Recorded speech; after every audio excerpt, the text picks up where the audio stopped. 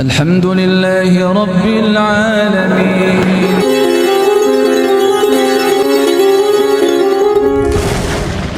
Syarat yang paling Allah sukai atau yang paling Allah tekankan apabila seorang hamba ini ingin mendapatkan kecintaan Allah adalah dengan melaksanakan amaliyah-amaliyah yang telah diwajibkan.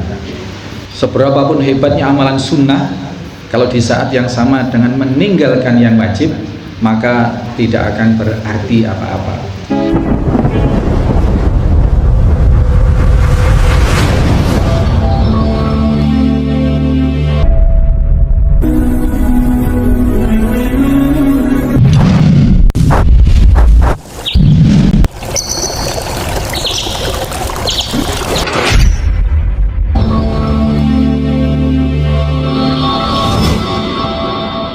Bismillahirrahmanirrahim. Assalamualaikum warahmatullahi wabarakatuh.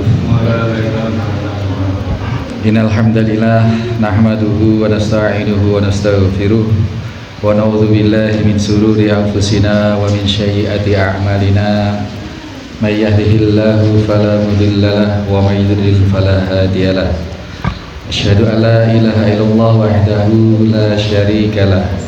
Asyhadu anna Muhammadan abduhu wa rasuluhu la nabiyya ba'dah. Allahumma salli wa sallim wa barik ala Muhammadin wa ala alihi wa sahbihi wa mawalah.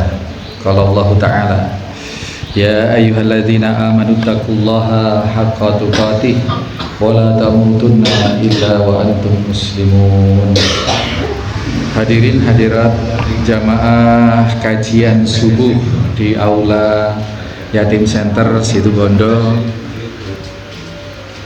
ataupun di mana saat ini berada, rahimani wa rahimakumullah. Alhamdulillah, kita di penghujung bulan Sya'ban ini insyaallah kita masih istiqomah, kita masih berupaya untuk menjalankan kesunahan-kesunahan yang tentunya dengan tidak mengabaikan yang wajib. Jangan sampai ada di antara kita karena sedemikian melihat fadilah atau faedah amalan sunnah, maka yang wajib ditinggalkan. Ini tidak betul. Pagi ini alhamdulillah kita memasuki fal awal, hadis yang pertama yang dinukil oleh Al-Imam An-Nawawi di dalam menyusun kitab Riyadhus Shalihin di dalam bab fil mujahadah, bab bersungguh-sungguh atau berjuang di dalam menangkal ajakan nafas atau ajakan nafsu untuk menjauh dari kegiatan-kegiatan yang selain ibadah. Ini perjuangan kita terberat adalah menangkal diri, menangkal nafsu lawamah dan nafsul amarah yang itu sangat-sangat berkolaborasi, sangat-sangat rentan ditunggangi oleh setan, dan setan itu sungguh innahu lakum aduwwum mubin. Bahasanya sungguhnya dia itu setan itu adalah musuh kalian yang nyata. Kemudian menunggangi sesuatu yang ada dalam diri kita, yaitu an-nafs. Inna nafsul amaratu bisu, amaratum bisu, yang pada hakikatnya, yang pada fitrahnya nafsu kita itu adalah memerintahkan atau mengajak kepada sesuatu yang buruk-buruk. Makanya berkali saya sampaikan ke wali santri, ke para orang tua, kalau ingin anaknya baik, jangan ditawarkan kamu mau baik atau tidak baik gitu. Kalau ingin anaknya jadi hafiz Quran, kalau ingin anaknya jadi santri, jangan hanya ditawarkan kamu mau mondok atau tidak. Pasti namanya kecenderungan nafas itu pasti tidak mau gitu, pasti tidak mau. Maka tugas orang tua bukan hanya menawarkan, tetapi memberi pandangan-pandangan, memberi motivasi-motivasi, merayu, mengiming-iming, begitu kurang lebih, menggiring, membentuk supaya anak itu betul-betul bisa seperti yang orang tua pahami di dalam kemajuan tumbuh kembangnya, karena anak ini pada dasarnya suci, bersih. Apakah dia jadi Nasrani, jadi Yahudi, jadi Majusi, itu tergantung orang tuanya. Sekarang kecenderungan itu Pak, kebo nyusu gudel.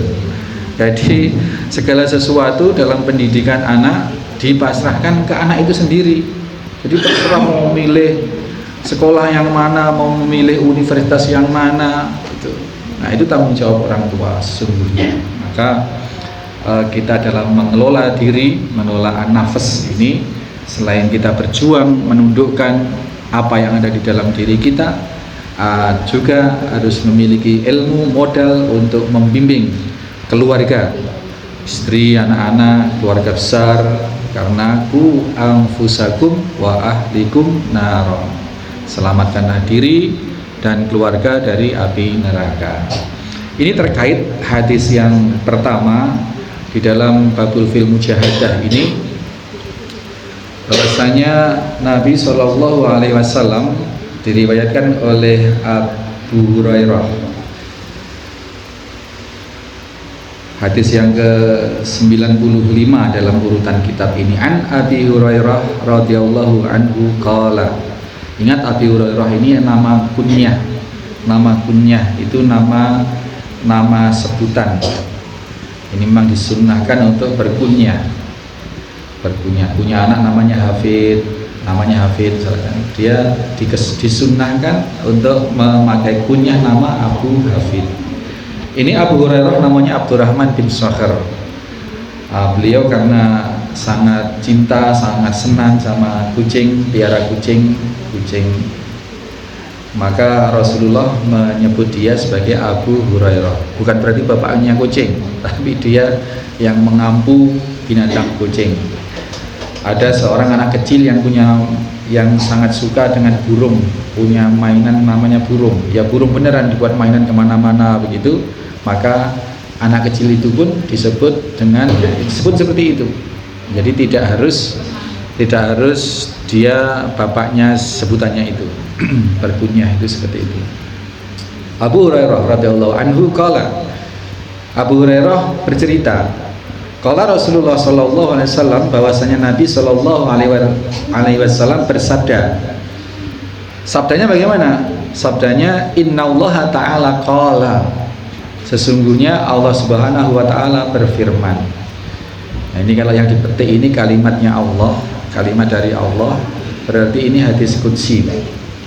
Rasul bersabda bahwasanya Allah Subhanahu wa taala berfirman. Ini bab sangat penting dan sehari-hari kita dapati di masyarakat. Man ada li waliyan, man ada, barang siapa yang memusuhi, li waliyan, terhadap waliku, faqad, maka sungguh, ini masuk kata-kata penegasan dari Allah. Faqad adzan itu apa kalau adzan itu? Pengumuman, mengumandangkan atau mengumumkan atau menyeru, adzan bil harb, maka aku umumkan perang terhadap orang yang memusuhi wali Allah tadi. Ini perhatikan, ini masya Allah, ini gawat.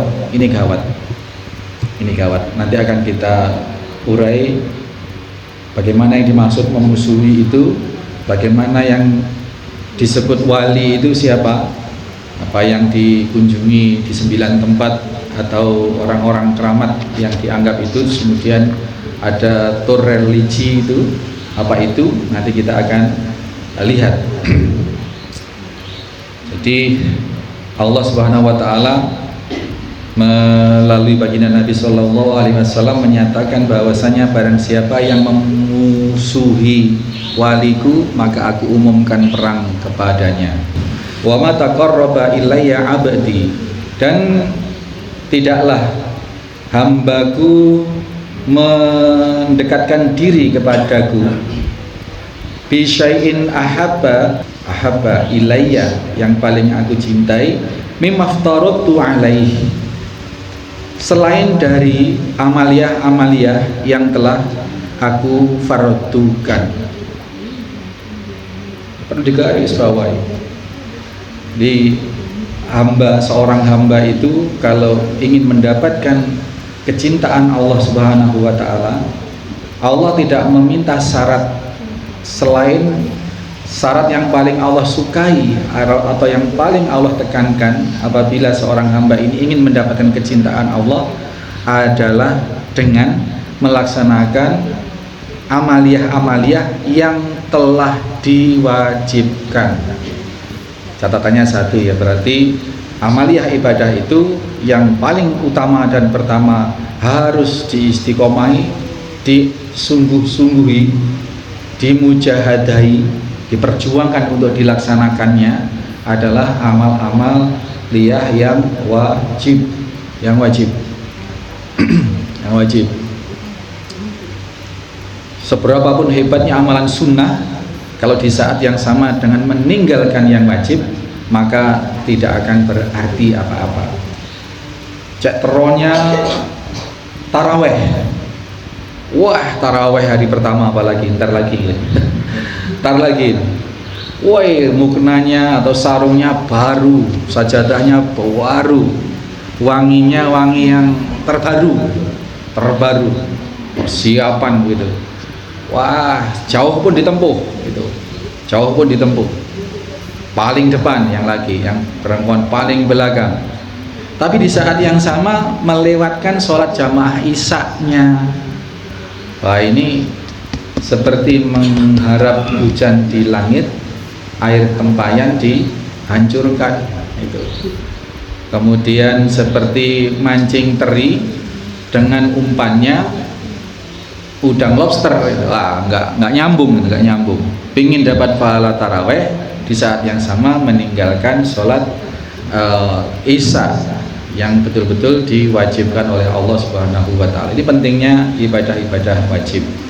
Kemudian kalimat Allah berikutnya yang disampaikan oleh Nabi Shallallahu Alaihi Wasallam, wa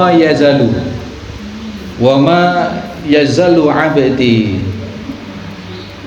yataqarrabu ilayya binawafil hatta uhibbahu, dan tidaklah hamba-hambaku menjalankan amaliyah-amaliyah ibadah yang nawafil. Nawafil itu tambahan atau sunnah, ibadah-ibadah sunnah ya, dalam rangka mendekatkan diri kepadaku dengan amalan-amalan sunnah hatta uhibbahu, hingga aku mencintainya. Langkah kedua apabila kita ingin dicintai oleh Allah Subhanahu wa taala adalah mengikutkan amaliyah-amaliyah sunnah itu kepada amaliyah-amaliyah yang wajib.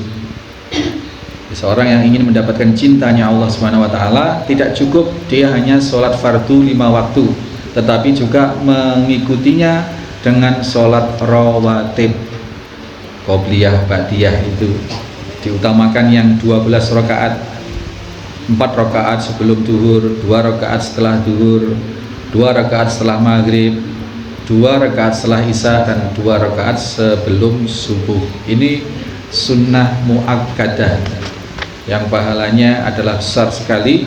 Di antaranya adalah kunci kita dapatkannya kecintaan Allah Subhanahu wa ta'ala.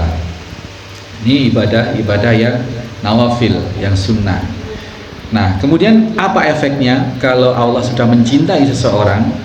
Idza ahbabtuhu, apabila aku mencintainya, mencintai hamba yang tadi itu yang menegakkan kewajiban-kewajiban ibadah wajib, mengerjakannya, kemudian menyusuli atau mengiringinya atau menambahinya dengan ibadah-ibadah yang disunnahkan.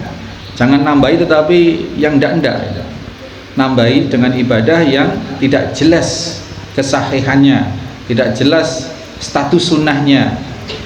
Apa di lapangan begini semuanya pakai putih, terus ada yang sampai macam-macam. Ini banyak sekali amaliyah-amaliyah yang seolah-olah dianggap sebagai sunnah, bahkan di saat yang sama sambil meninggalkan hal yang wajib. Dengan itu kemudian meninggalkan sholat isya-nya. Habis maghrib ngumpul di suatu tempat, ya apakah pengajian, apakah apa-apa, baca-baca apa-apa, yang itu diyakini sebagai memiliki keutamaan yang besar. Ternyata ketika ada as-salatu wassalamu alaik, sampai tidak ngefek, sampai kemudian Allahu Akbar isya, tak ngebes Pak, terus. Nah, saya pernah, ini kan sudah isya kan panjang katanya.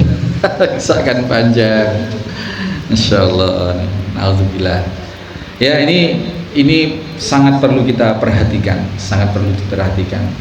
Jangankan amalan-amalan yang belum jelas status kesunahannya, sedangkan yang sunnah muakkadah saja, atau sholat yang paling afdol di antara sholat sunnah, afdolus sholat ba'dal faridah sholatul lail, sholat tahajud sekalipun, ini keutamaannya tidak bisa mengungguli sholat fardu yang 5 waktu itu. Sehingga ironis, punya masalah sholat tahajud, panjang sekali sholat tahajudnya, kemudian menjelang subuh ini tidur sudah, subuhnya hilang. Wah, ini meskipun tidak dosa karena memang tidak sengaja, tetapi dosanya ada pada apa? Ada pada tidak mempersiapkan atau terlalu banyak membuang waktu di sebelum subuhnya.